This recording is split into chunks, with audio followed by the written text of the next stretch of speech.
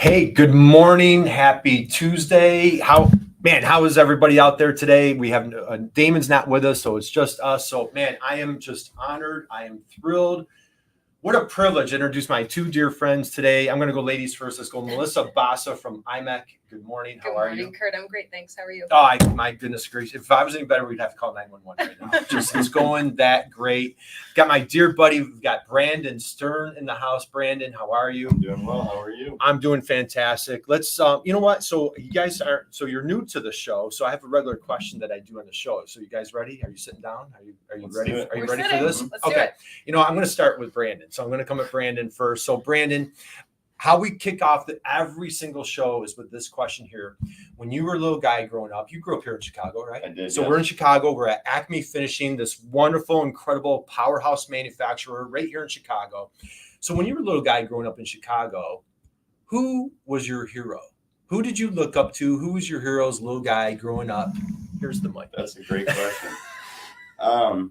Well, I guess I had two. One of them, I wanted to be a professional baseball player. So it was Bryce Harper. Nice. And then, of course, my father as well. Oh, well, all right. Two great answers. Bryce Harper. All right. So, by the way, if you're not a baseball fan, Philadelphia Phillies, I would catch a score this morning. He had 2 doubles and a home run last night. So that's a great hero to look up to is Bryce Harper.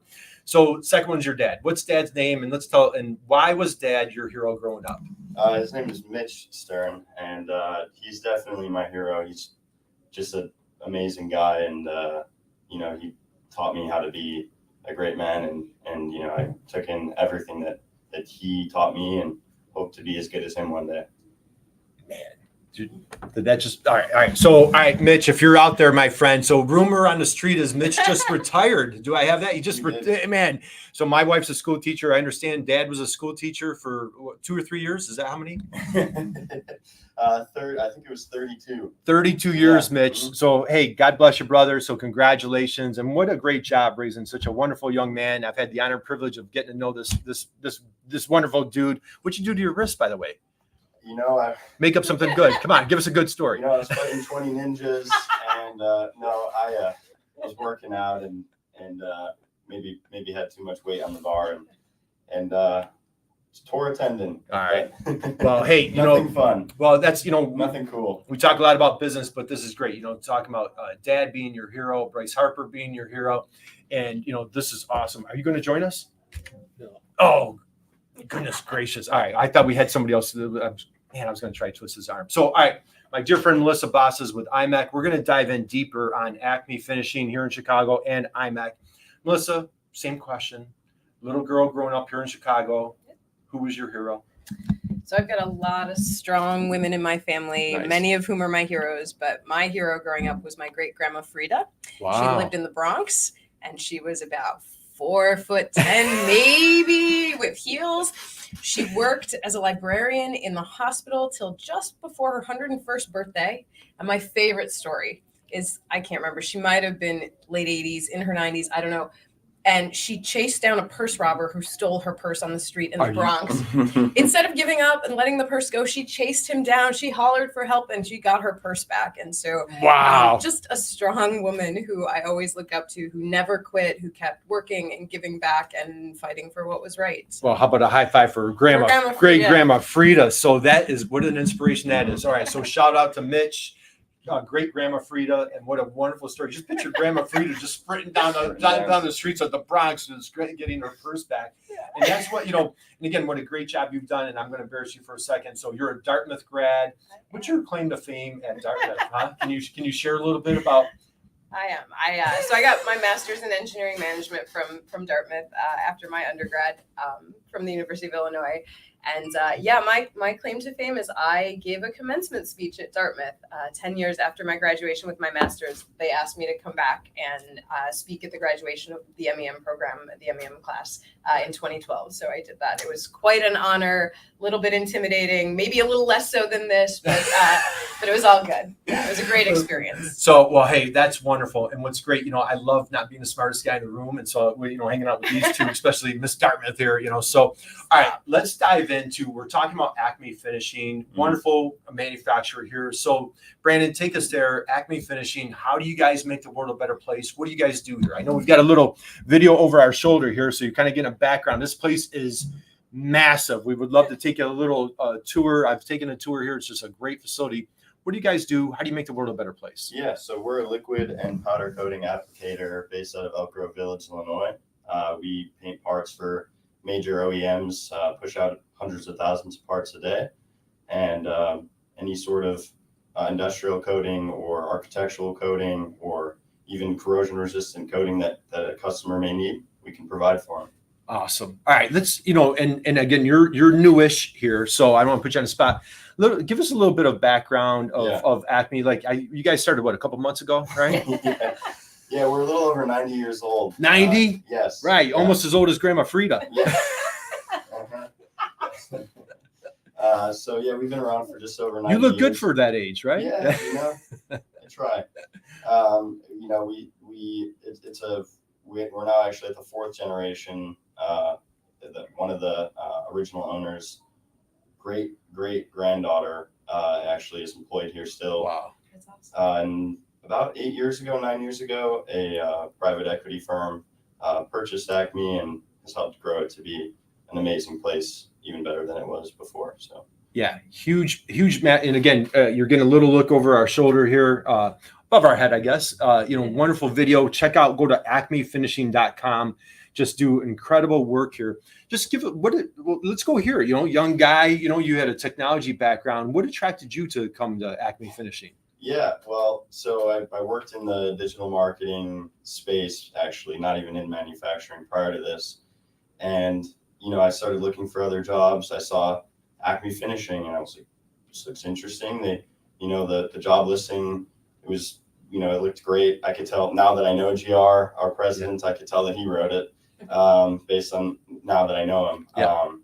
So I applied and met with the HR director, and she was awesome. That's the fourth generation who still works here. Nice. So I met with her. She was great, and then I was lucky enough to get an in-person interview with GR and Brian, our general manager.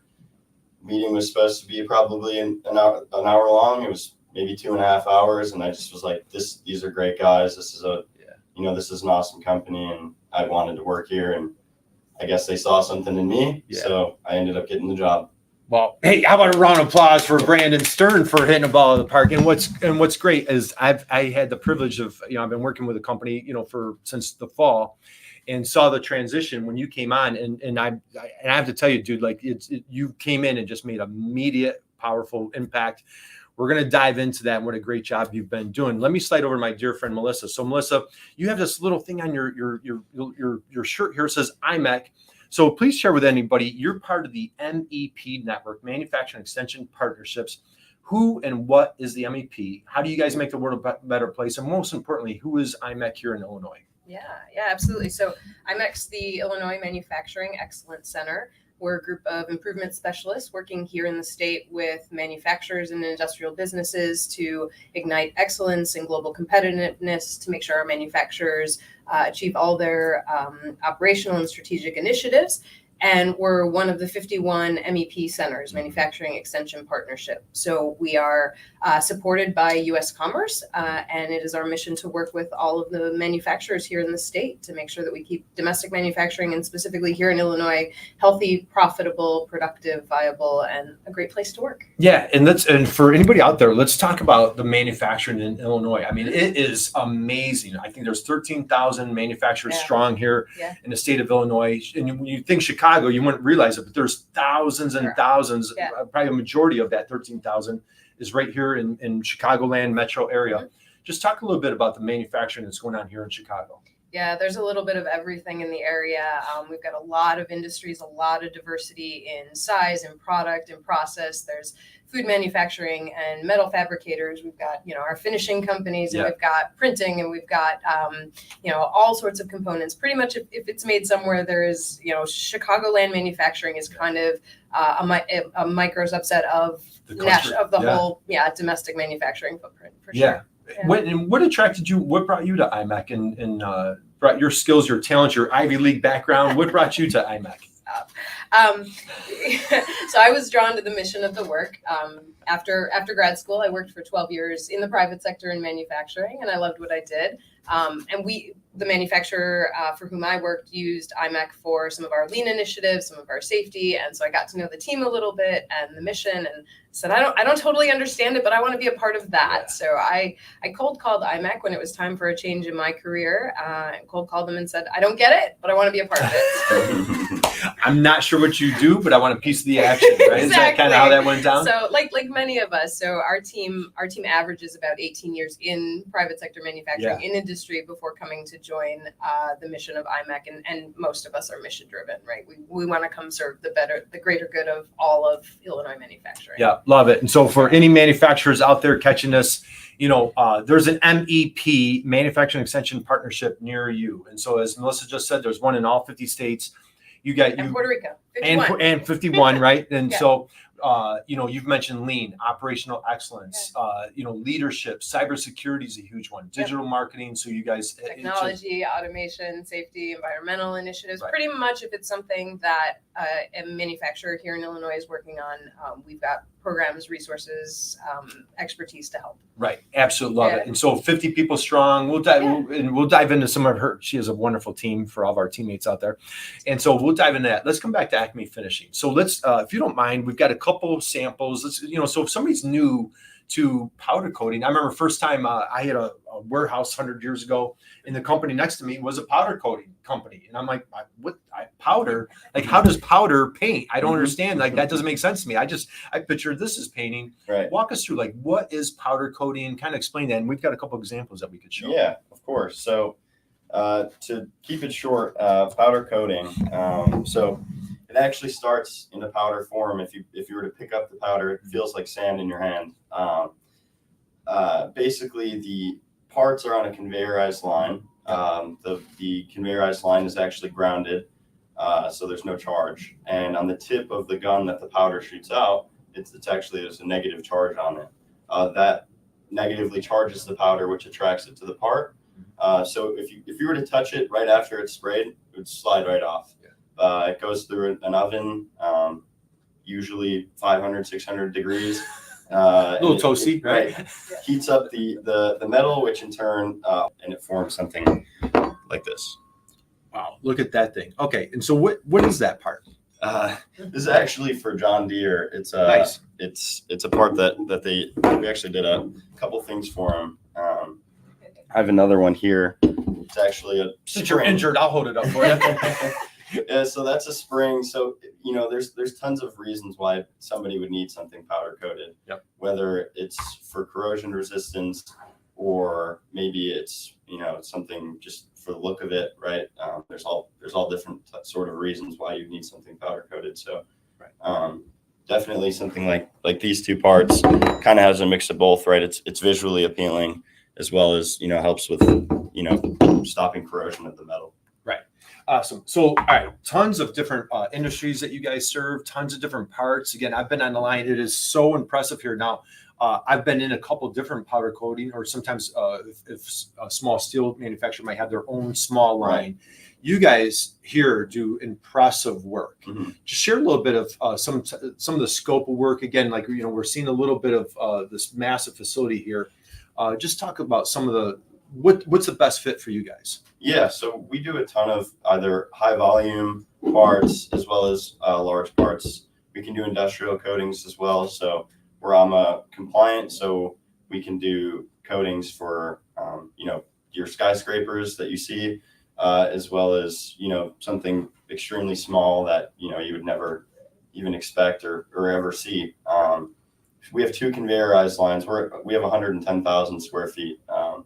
Two conveyorized lines. Our biggest line can handle parts up to about 50 feet in length, and up to about 2,000 pounds as well. So like I said, we can do large parts on that line, and we have practically a smaller version of that line that we can do it hundreds of thousands of small parts a day on. So right. We also have two what are called chain on edge lines.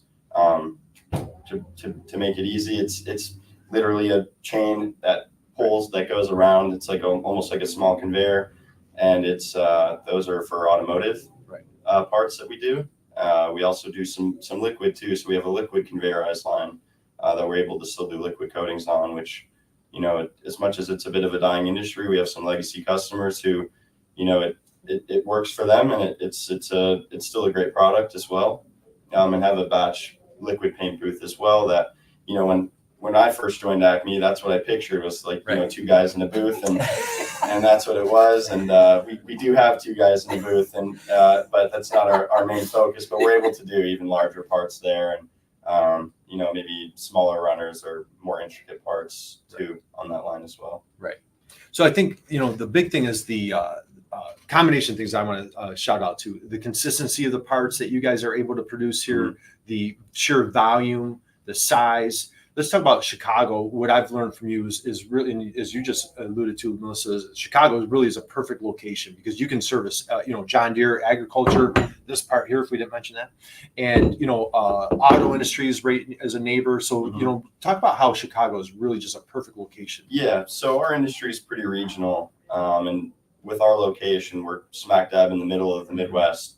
So that allows us to work with all types of industries, like Kurt said, automotives right around the corner, up in Michigan, and you know, there's a ton of agriculture around us. I mean, we work with a wide range of different companies. Right. Lighting is a big one as well. But yeah, you know, there's so many possibilities in this area. It's the perfect location.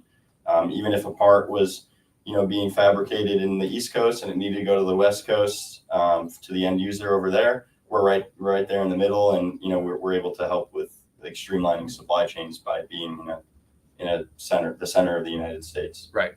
So let's go here. So I think you represent the new guard of manufacturing. So, you know, and you know, at my age and stage, I represent the old guard. So baby boomers are retiring. I think it's a crazy number per day. You know, I'm a Gen Xer, so Gen Xers are, you know, I'll retire like 30 years from now, but, you know, my generation's starting to, you know, so we need young folks coming into manufacturing.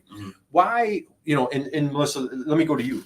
The heroes of our economy, you know, so shamelessly, we like to say, are the manufacturers, right? Why should all the cool kids like Brandon be considering manufacturing?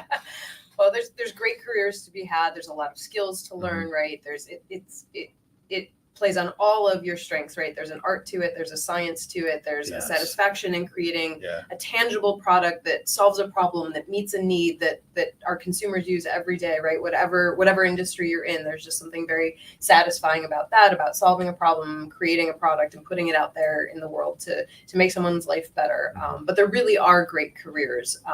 And, you know, we still struggle with the perpetuating stereotype of dark, dirty, dangerous environments. And it's just not that. I mean, even here, you think about, right, powder coating and painting, right? And you might have a vision of it, but it's automated and it's high tech and it's safe and it's fast paced and it requires a lot of high tech skills, right? And that is the new story of manufacturing. Yeah. And I think we were talking before, you know, there's a big buzz for reshoring. A lot is coming back to the States. Absolutely. So again, for our young folks out there, you know, all the cool kids like Brandon are going into manufacturing. So, all right, Brandon, you mentioned AMA. So you guys covered a lot of different, do you want to describe, like, what is AMA? Yeah.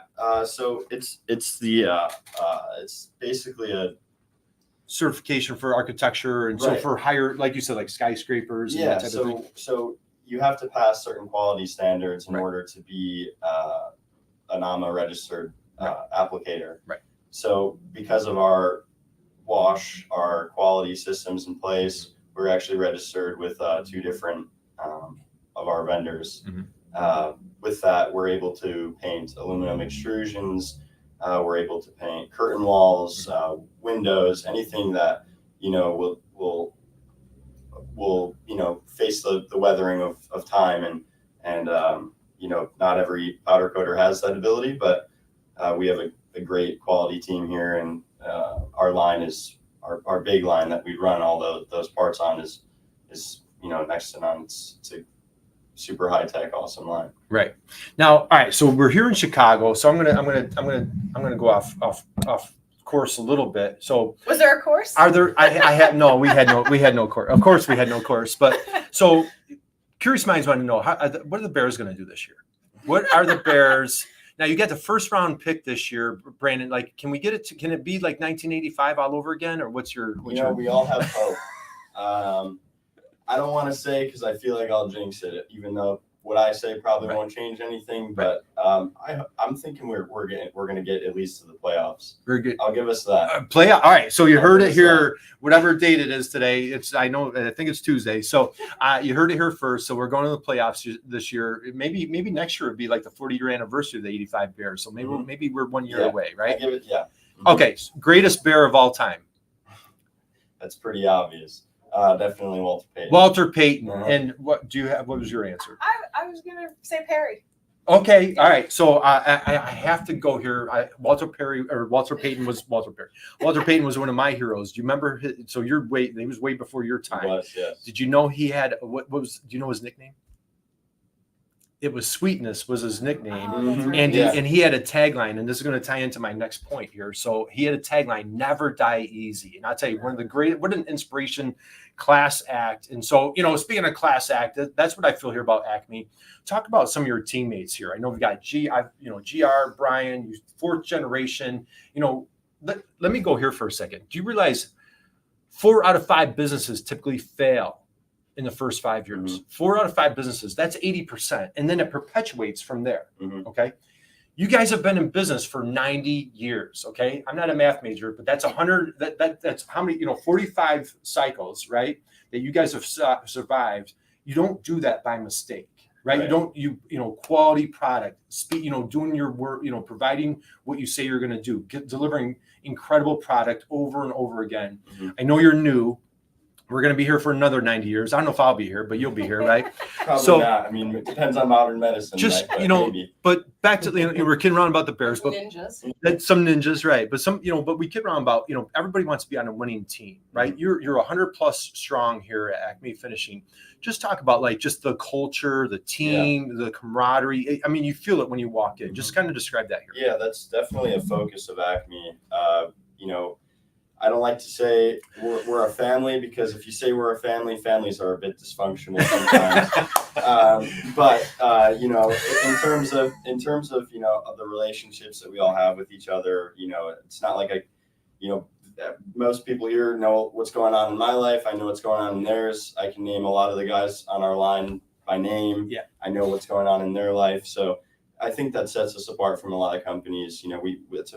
Culture is a huge focus here, and that's, I think, what was one of the big drivers for me. Was I went from a even smaller company than this to a mid-sized manufacturing, and I kind of expected it to be like, you only talk to a couple people and you didn't really get to know anyone. And I mean, it's the good part of family, the love and the relationships and everything. It's great here. It's a great place to work, a great place to be. You love it.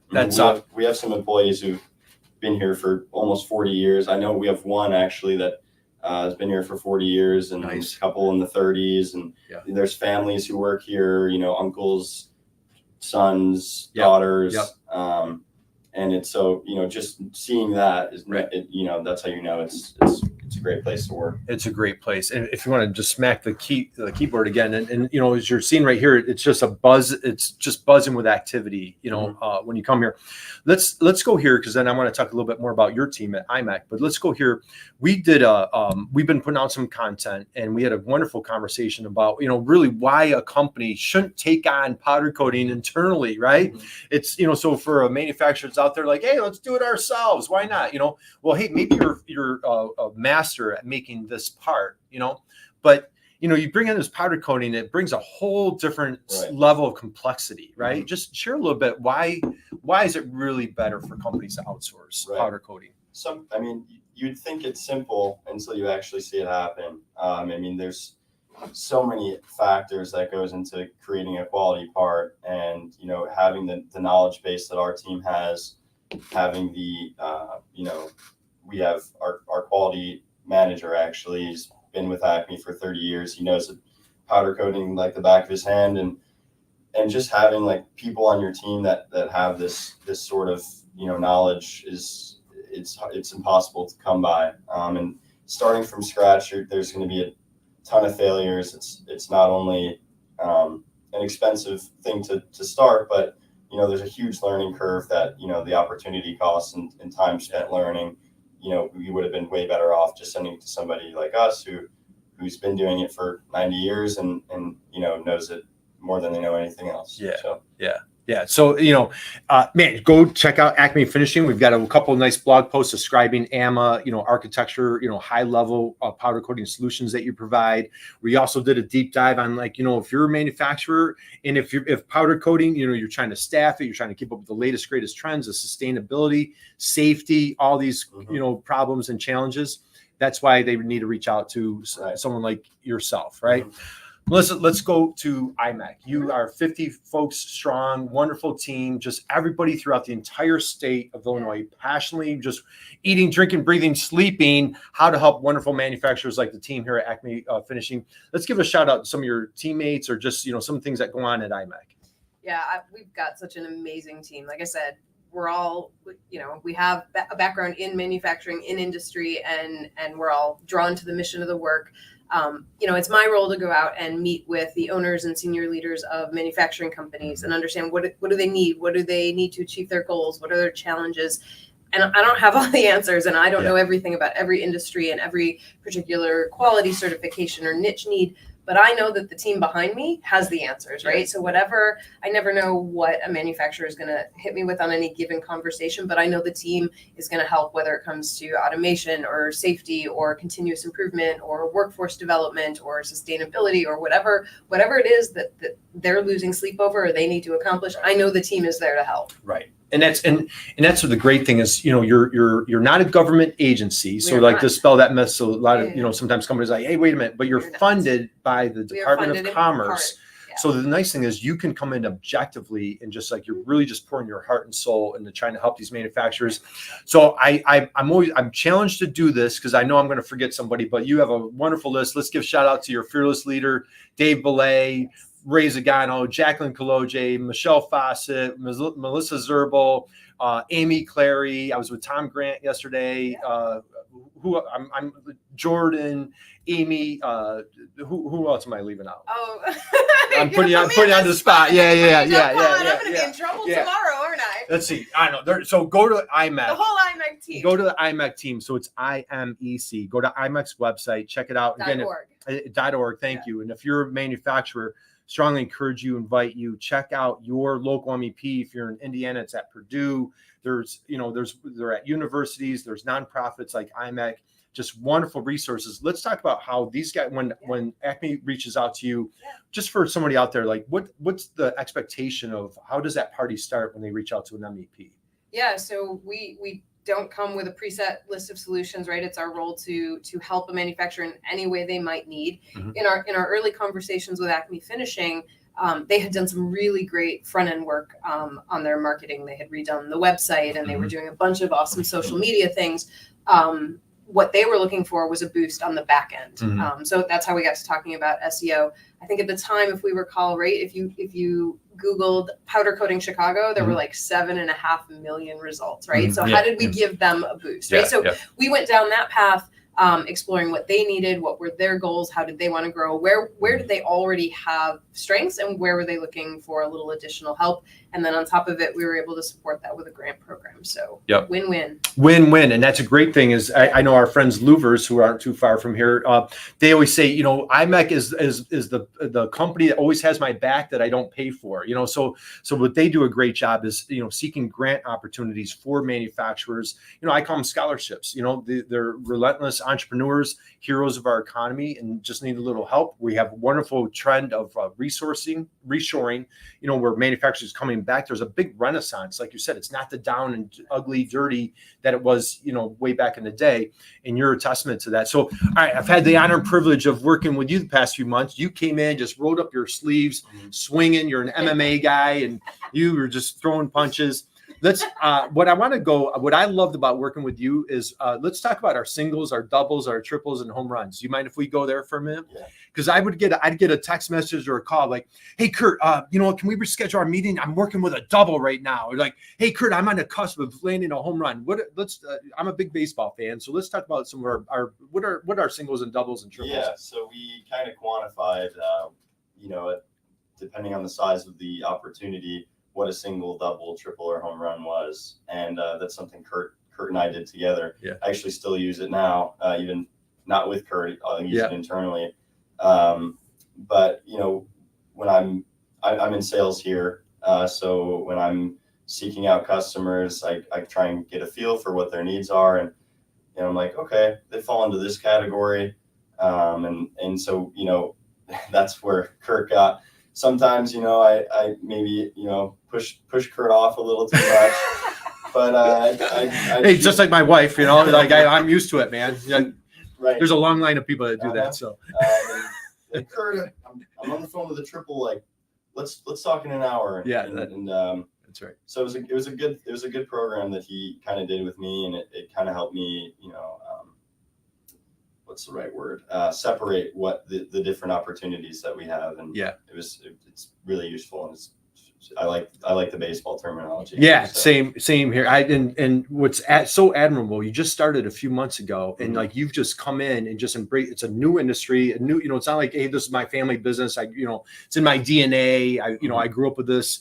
This is all brand new to you, and you have such a passion. Why are you? What sparks that passion? Does it come from Mitch? Like, why are you so passionate about helping your customers win and succeed? Yeah, well, I think so. Another shout out to Mitch, right? Yeah, I think he helped out there. I love solving problems. I've always liked to do it. And coming from the digital marketing space where it wasn't a tangible problem. I mean, it wasn't a tangible product that I was solving a problem with. I just, the feeling of helping somebody out and making a product a reality, just every time we do it, it makes me feel good. Yeah, and what I love is, you and I will talk, and you're like, man, we're trying to get this right formula, and again, like this is a science, like you used it earlier. It's an, when you're a manufacturer, it's an art. It really is an art, and so like you guys get this down to the exact color, right. The sustainability. I mean, there's a lot that goes behind. It's not just like my wife wants to paint our house. I'm like, whatever, she's like, no, we need to, like you guys really are meticulous on helping that client win. Just if you could just share a little bit. A client reaches out to you, like how does that engagement start for you? So if a client reaches out to us, I'll ask them, what's the project? What are you looking for us to paint? What it's used for? What sort of turnaround times they're looking for? We have wonderful powder vendors who also help us in picking the right powder that you wouldn't think, but if you use the wrong powder for a certain application, there are certain powders that are meant for exterior use, for interior use, things that are going in automotive.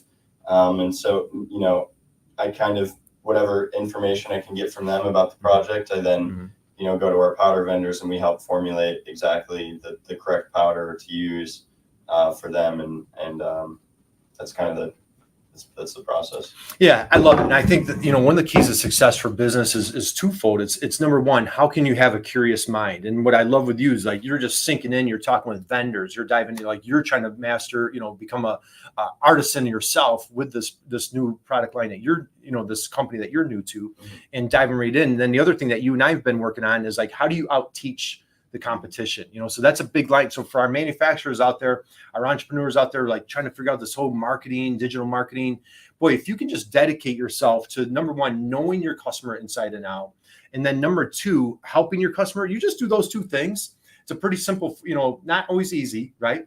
But it's a simple formula, and you guys do that at IMEC. I have a few more names that I have to, we didn't say Ray Zagano, we didn't say Jordan, I didn't say Chrissy Johns, we didn't say Mary Halleck. So John Azara, God forbid, he was just on the show. Paula and John Azara were just on the live show 2 weeks ago. So again, anybody that we're missing, please forget Noah down south. So we've got some other friends. So IMEC, let's go here. When he reaches out to you, you have you mentioned grant program. You have a really exciting, wonderful grant program here in Cook County. Can you just share a little bit about how this program works? Yeah. So Cook County decided, when they got some federal funding a couple years back now, to invest in the manufacturers in the area who had been impacted by COVID and had some needs. And so we put together a program applying some of that funding, and there are now 12 projects from which manufacturers can pick They can actually in the end do 2 projects, not simultaneously, but there's 12 projects, kind of preset scopes across 4 different areas: operations, workforce, leadership, and growth. So that kind of covers every area, right, a manufacturer might be struggling with in recovering from the effects of the past few years and whatnot. So they can pick and apply for it, and we've streamlined the application process so it's relatively straightforward, easy, quick, right? Put a bunch of operations people in charge of administering a grant, and it goes pretty smoothly. In Cook County, the Bureau of Economic Development in Cook County has been a phenomenal partner. In fact, they won a national award for their support of this program. So I have lost count of the hundreds of projects we've done under this program, and it continues now. So we're really excited to be able to offer it and to have dollars to support the work we're doing. Yeah, it's so inspiring what you guys are doing here in Illinois. So I know you had a program a couple of years ago. It was called Grow Your Future, and where they had IMEC had grant funds, and the number that stood out was 127 manufacturers for that program. Then Cook County rolls up their sleeves and they come up with grant funding to help wonderful manufacturers, because these are the job creators, you know. And again, I have the privilege of doing this week in, week out, and every person I interview, it's just like, I didn't know that somebody made this. I didn't, you look around the room, wherever you're at, everything is made by somebody, machine, somebody's hands, that type of thing. You've had a wonderful experience with our friends at IMEC. Would you recommend IMEC to your friends, to Mitch, to mom and dad, your dog? Like, what about, the guy that you beat up the other day? But would you recommend IMEC to other manufacturers out there? Of course, they've been super helpful in connecting us with you, and we're going with round 2, so obviously it worked out well for us. And they're phenomenal to work with. They're responsive and helpful, and any questions that anyone would ever have, they have an answer for it. So that's right. Great. Should we give like a little, no, I'm just teasing. I'm kidding. All right. So we'll start winding down. I think we're coming into time. So any parting thoughts, words of wisdom, Melissa Bassa, that you want to share for our manufacturing friends out there I do have 1 or 2 more questions left, but just any words of wisdom that you want to share for manufacturers or that type of thing? I'm not sure, actually. Words of wisdom. How inspiring is it for you on a daily basis, just working with manufacturers? And like we're going to go visit another manufacturer when we leave here, and we're going to hit another manufacturer tomorrow. Two sisters that have been running a company for decades. And we're doing an event this afternoon in the area to talk about talent succession planning in specific to manufacturing. So how do we grow the next generation of leaders in industry? So that's a key thing. That's a key, right? You talked about the wave of retirees, and so how do we keep our manufacturers strong? Right. Very admirable what you do on a daily basis, my friend. So you're doing awesome work. Okay. I have 2 questions left. So this one might put you on the spot. So just, you might have to digest it. I always love asking. I'm an eager, I'm 55 and just trying to, figuring out how I'm not the sharpest tool in the shed. How can I get smarter? I love asking, what's the best business advice that you've ever received? What's the best business advice? Anybody want it? So I want to put him on the spot. Who wants to go first? Who wants to? Because I'm looking for an answer for both you guys, because I'm learning. So do you have one? Best business advice you've received at your young age? Yeah, I definitely say persistence is key. Being persistent and figuring out what sort of problem you need to solve, and being able to always help whoever you can help. It'll go a long way, and it'll help you sustain a company that's like us, who's been around for 90 years, just being persistent and helping in any way you can. Well, how about drop the mic on that one right there? So persistence. Now, was Mitch a coach by any chance? He was.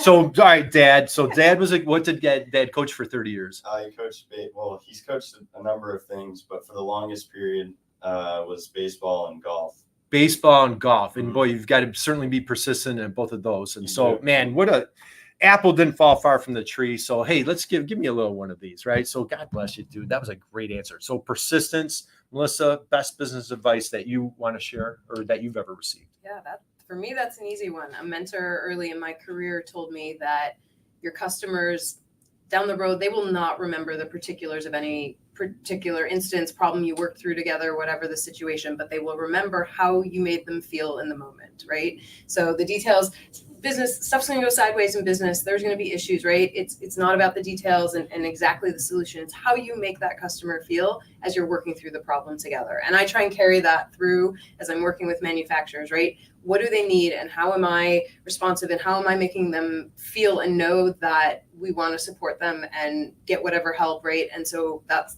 the approach I take all the time, is to make sure that they will remember how I made them feel as we work together. Well, is great grandma Frida proud right now, or what? Was that, that's almost, so on our show, we have like drop the mic moments, then we have moments of silence. Yeah. That was like a moment of silence right there. So what a phenomenal answer. With these, if you, know your customer, help your customer, and that ties in. Just be persistent.